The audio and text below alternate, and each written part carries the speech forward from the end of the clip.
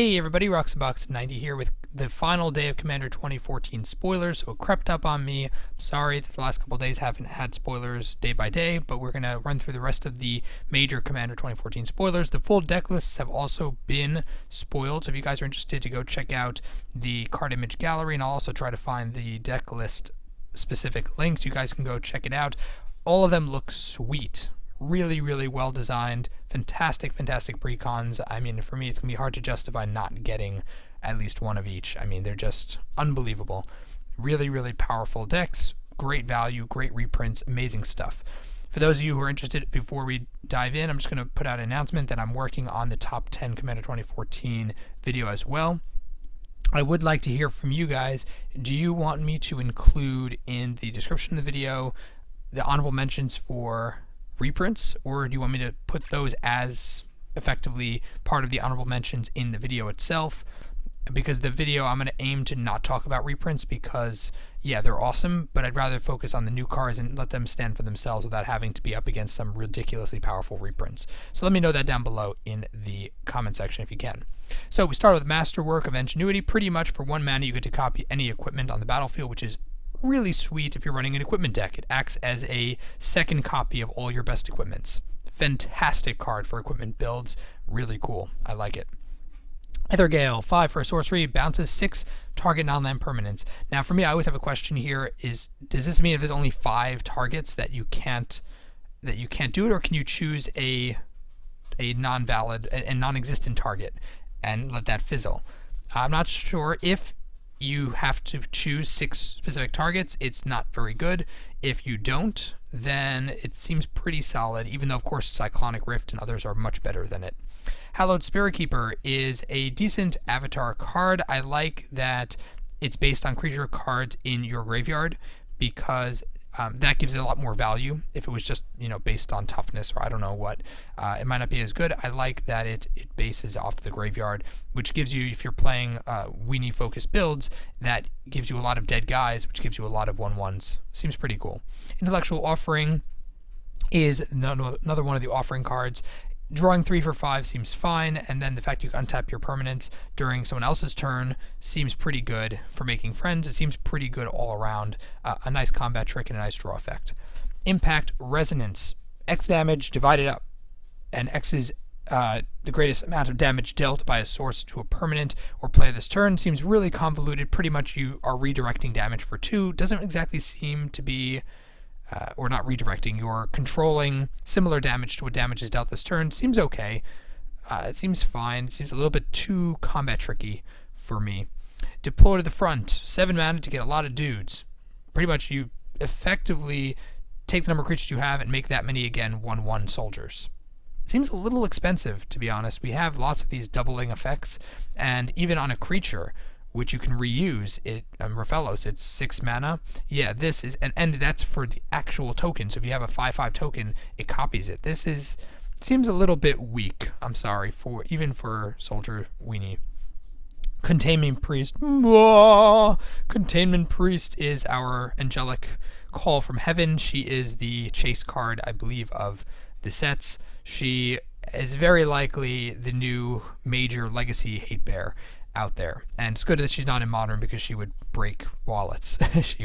She's 2/2 for 2 flash, and if a non-token creature would enter the battlefield and it wasn't cast, exile it. So this pretty much is a direct hate against quite a few very powerful legacy strategies, and technically vintage strategies, although it's much more powerful for legacy. It hoses Reanimator, it hoses Show and Tell, it hoses even things like Birthing Pod, and it seems to be, for its cost, it seems very well costed. You kind of wish that it was a little bit more aggressive, because the decks that want to run it would probably prefer like a 3/1 kind of effect to a 2/2, but that effect is serious business, and the fact you can flash it in seems huge. Someone plays Show and Tell, you flash this in, boom, they're done. I mean, unless they're doing Show and Tell with Omniscience and whatever, but it doesn't matter. It's a fantastic card, and it's going to be worth money, so don't just, toss it in the junk pile if you're not using it in your Commander deck, because in Commander it's not as good as it will be in specific strategies. Comeuppance. Amazing artwork. It looks to me like a huge ghost demon is strangling another demon. That's what it looks like. It's pretty hilarious, but the card itself is very powerful, Boros, Fury Shield, and Orm's Thunder, and these kind of cards have long been staples in Commander, and this card pretty much is the better version of them. It prevents damage to you and Planeswalkers, and then redirects the damage if it's being prevented from a creature. It deals mana damage back to creatures, and if it's dealt to non-creature source, meaning someone uses a burn spell or something, it does damage to the controller. Very effective 4-mana spell. Breaching Leviathan is kind of boring. It's 9 for a 9/9 that gives you an extra control, a 1-turn control of the field, kind of, maybe. It's okay. It's kind of boring. Domineering Wheel. It's 4 for an instant. Target player gains control of 3 target non-attacking creatures. So it's a very strong threaten effect. It's kind of nice. Doesn't give haste though, which is kind of sad. But and it's a red. It's kind of a red and blue combined spell. Interesting. Well of Ideas is a huge, fun group hug spell. Basically, you draw cards, make everyone else draw cards, and then you draw more cards. For a lot of mana though. It's a little bit mana heavy. Incite Rebellion is okay. It's kind of a fun way to smash damage around.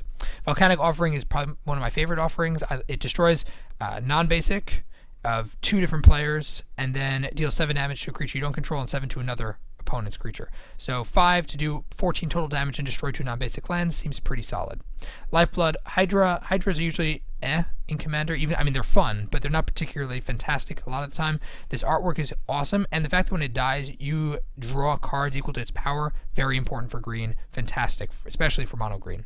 Siege Behemoth is big, and I like that it basically gives pseudo unblockability to an army. So you drop it, and it acts like Crater of Behemoth in the way that you often will be able to crush through damage and win with it. But it obviously has to be attacking, which is a big problem because it doesn't have haste. If it had haste, I think it would be ridiculously powerful. As it is, it's a very solid green body. Song of Dryads. This card is hilarious. Absolutely hilarious. I love these kind of effects. It turns into a colorless forest land, which is funny. It's really, really funny. I like it. It's fine. Obviously, there are better cards with this kind of effect, but I think it works very well, and the flavor is just great. Thunderfoot Baloth is really powerful. It's a lieutenant card for green. Basically, it's a 7/7 for 6 trample and gives other creatures 2/2 in trample. Because it gives other creatures you control rather than just itself a boost, it's huge. It's a great card. Really, really strong Commander. Wolfcaller Howl is it's not particularly great. It's too specific, too circumstantial to be really fantastic in my opinion. And those are the main spoilers that came out to my knowledge. Then we have, as I said, the full deck list. So I'd love for you guys to go check out the deck list and let me know which ones you're interested in. Put that as well down below in the comment section, as well as what to do about the Commander 2014 honorable mentions list for top 10. I'd love to hear that. Put all those thoughts down below. We got a bunch of great interesting speculation and spoilers coming really soon, so stay tuned for that as well. And if you enjoyed the video, tap the like button. If you're new to the channel, check in and subscribe. As always, Roxabox90 signing out. I'll see you guys next time.